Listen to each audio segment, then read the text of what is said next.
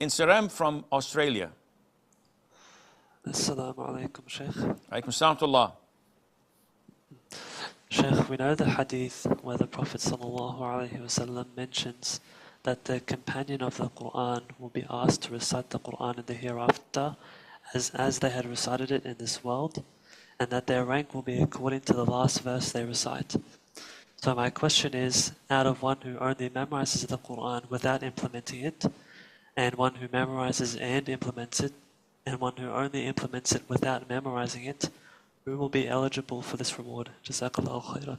Wajazakum. Definitely the one who will be eligible for this reward is the one who memorizes it and implements it.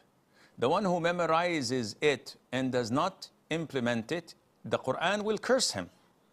And that would not benefit him. Lots of the hypocrites memorize the Quran without implementing it. It doesn't help them. The Prophet said, alayhi salam, the vast majority of the hypocrites of my ummah are those reciters of the Quran.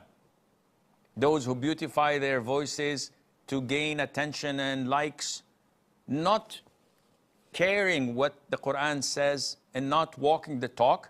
They're among the hypocrites. May Allah protect us all. So a person that memorizes the Quran and implements it is in the highest level, and this is the person who falls under this hadith. A person who implements it but does not recite it will be rewarded but will not fall under this category, and Allah Azza wa Jal knows best. Tanzil from Bangladesh. Assalamu alaikum, Sheikh. How are you? Alaikum salam wa barakatuh.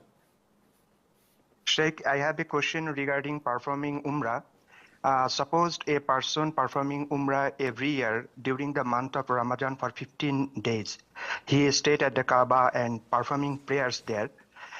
So which one would be the more beneficial, performing Umrah or donating the same money to the poor? Of course, performing Umrah. This concept of donating money to the poor deprives us from doing a lot of good deeds for ourselves. And this is where shaitan comes. Now, I'm not saying that you should not help the poor, but I will use the same methodology. You drive a Mercedes-Benz.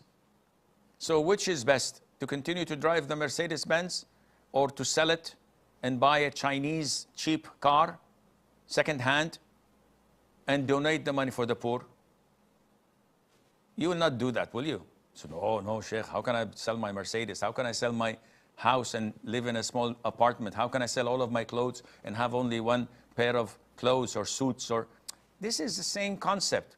The more you can do to get closer to Allah, whether through Umrah, through Hajj, through doing righteous deeds, you should focus on that. And if there is anything extra, we will give to the poor, not the other way around, and Allah knows best.